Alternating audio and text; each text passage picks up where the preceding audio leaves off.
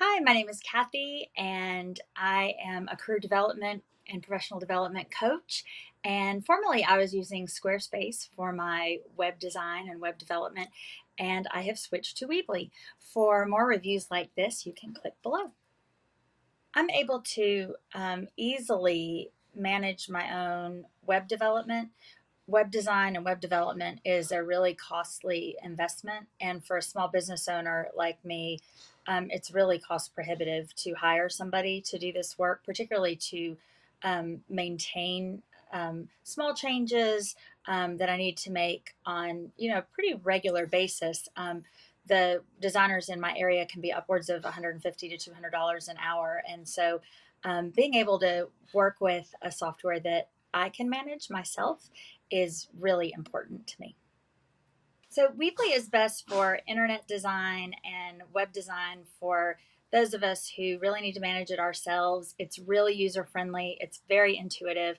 Again, I switched from Squarespace because early on when Squarespace came on the scene, it brought a new and fresh look that was really modern and edgy, which Weebly and some of the others that had been in the consumer space early on had kind of not kept up with. And so Squarespace was really good for that at first. But when we first moved to Squarespace, we had a designer involved, and it became really hard for me to maintain that. So because I couldn't afford to be paying a designer and I needed to update some things, I just went ahead and went whole hog back into Weebly. And by the time I've done that, Weebly had caught up and was really doing a lot of those neat, more fresh, modern looking designs. And I'm able to navigate it myself. I don't have to speak code or even have a nominal understanding of how some of that works from a designer or coding perspective. And so it's just really attainable and really intuitive. And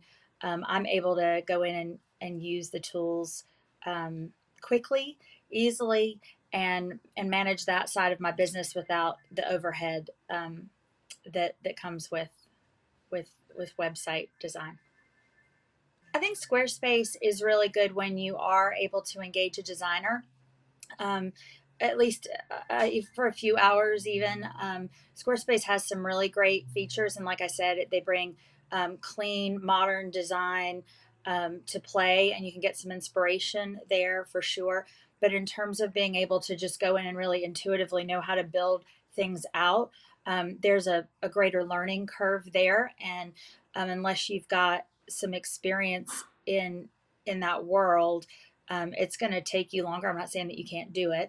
I'm just saying that it's going to take you more time, and ultimately having somebody that speaks that language to assist at least and kind of get things moving is going to be the best bang for your buck there. But I also know that they've got a really good space for online storefronts and that kind of thing. And my business being a coaching business, I don't have a need for that really. So it just became um, it just became too time consuming for me if I needed to make a small change to try to remember how to go in and tweak something, because it's just not Squarespace just isn't as intuitive for the commoner. It's a much better tool for somebody who is a developer to use. Great tool, but not as user friendly. I don't feel like as Weebly is for the commoner. I mean, extremely easy. The intent for both of the companies is to make them accessible and affordable because they're both subscription models, and it's not like WordPress where you've got to have a designer to develop and build out the entire thing and code everything. Something where you've got to customize everything, that you've got templates that you can kind of plug and play. So both, the intent is for it to be an affordable solution for small business owners. Um, Again, I think that Weebly uh, is lower hanging fruit.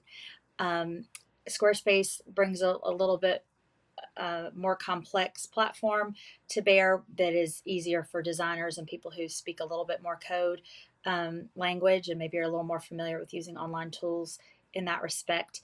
But they're both great tools that were intended to be affordable options for people who don't have, um, you know, even $30,000-$40,000 budgets to build a, even a relatively affordable WordPress site out.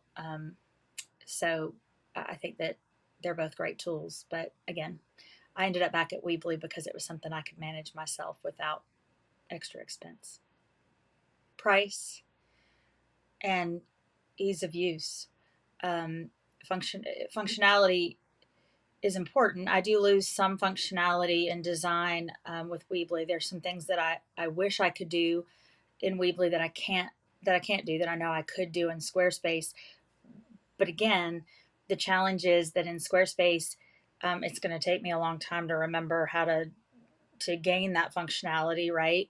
Um, and so I might compromise on some design elements um, that I know would be really cool to have because the cost benefit ratio just isn't there for me. And so, at some point, if if I have the investment money to go back, I can move back to a Squarespace environment and pay a designer to do those things. But it's really cost benefit ratio, ease of use, and what am I going to be able to kind of do on my own right now in this, particularly in this economy right now, when we're all just kind of trying to make sure we land back on our feet after 2020.